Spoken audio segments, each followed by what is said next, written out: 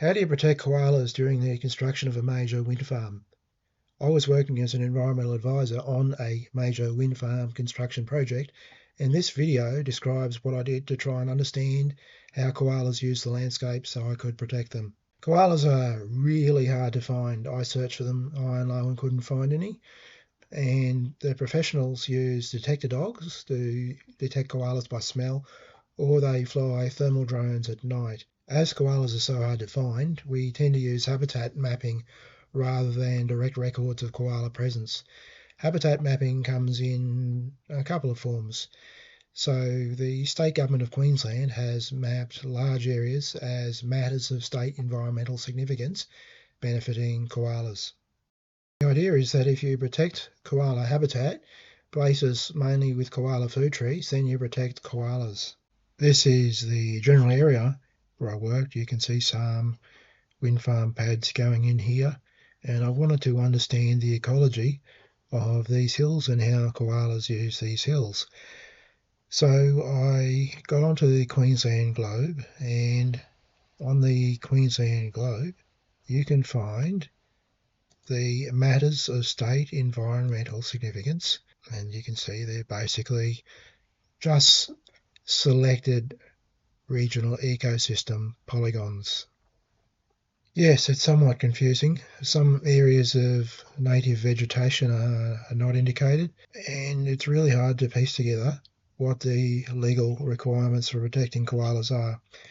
Some of the areas are state forests, and to protect koalas, I really have to understand what is important to koalas.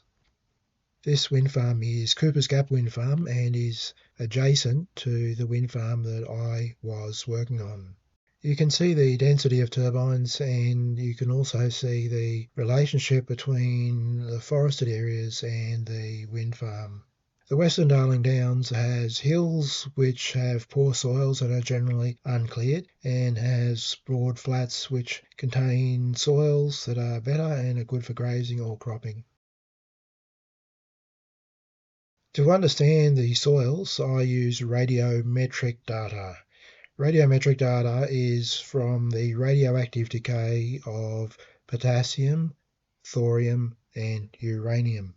I use radiometric data because it has not been interpreted by humans. It is raw sensor data. Radiometric data is collected by an aircraft which has a long tail that contains the sensors.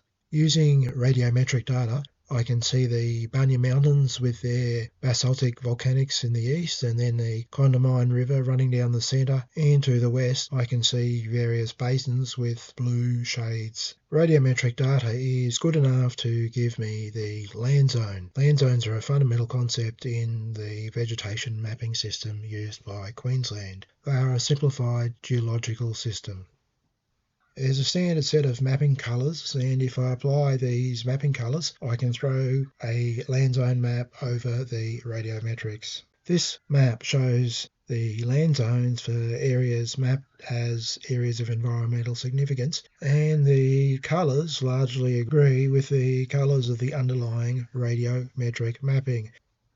Radiometric mapping is the tool you use when the standard soils and geology maps are not that useful, as I will show you. I've already overlaid the soils map onto this site, and all that's available out of all these scales is the Australia-wide soils map. So this area hasn't been mapped in detail by the soil mappers because it is rocky and hilly and of low agricultural value. I'm going to select one of the polygons just to show you how large and how coarse the mapping is. So I've got the select tool. There we go. Zoom out and you can see almost all the Darling Downs. Not very helpful. The surface geology layer is more detailed, but unfortunately it is opaque and I have to use the swipe tool. When the swipe tool is activated, you can see the geology over the top of the landscape. The main issue with the geology map is it provides huge amounts of information and it takes a long time to understand it. I'm going to throw up the radiometric image. It's quite good. It's the same image I've used before, but It's a little bit bright. And you can see that I was working in the interchange area between basalt and black soils with a few other different interesting geologies thrown in, the pink ones for example. As well as making sense of things on maps, I need to go out into the field and get some idea of the variety of vegetation types and landforms. Most of the hills were covered in this kind of eucalypt woodland, which has low tough grass cover and ironbarks, yellow jackets and spotted gums. I couldn't understand the geology below those woodlands. When I looked at the rocks exposed in a cutting, there was a layer cake of sandstone and clay. According to geological texts, the layer cake was created by the Eromanga Sea, a former inland sea that prograded and retreated several times. Tree roots were finding their way through the cracks in the sandstone, and there were many tree roots in the clay, so I wondered whether the hydrological character of the rock and clay layer cake was important to the survival and function of the forest. To understand the hydrology, I will also look at the other features such as veins in the rock and segregations in the clay. These features form when water flows through the rock or clay respectively. My working hypothesis is that the veins are full of mixed silcrete and ironstone. The Bunya Mountains have rainforest with iconic Bunya pines. The volcanic soils came from the Bunya Mountains and flowed across the landscape. Molten lava flows down the creeks and sometimes sets hard in the creeks. It's so hard that the landscape between the creeks erodes away and the creeks become the hills. This is called an inverted landscape. The basalt surfaces might only be just above the surrounding landscape. In this photo, the tall trees of the foreground on red soils give way to the round trees on the black soils.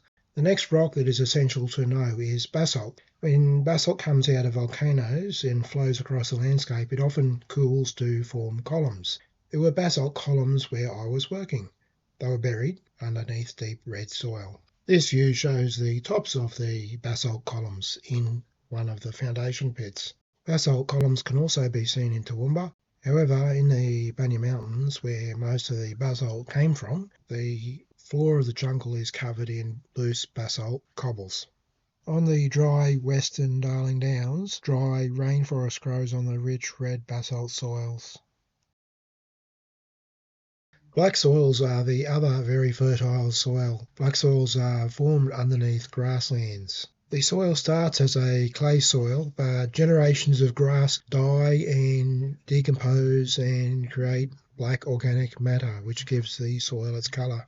Black soils also tend to have gilgai. Gilgai are strange round ponds that form naturally. It's a self-churning soil. When the soil wets, it expands greatly and that heaves the ground and forms humps and dales. Wetlands complete with aquatic plants and aquatic organisms, mussels and shellfish live in the hollows.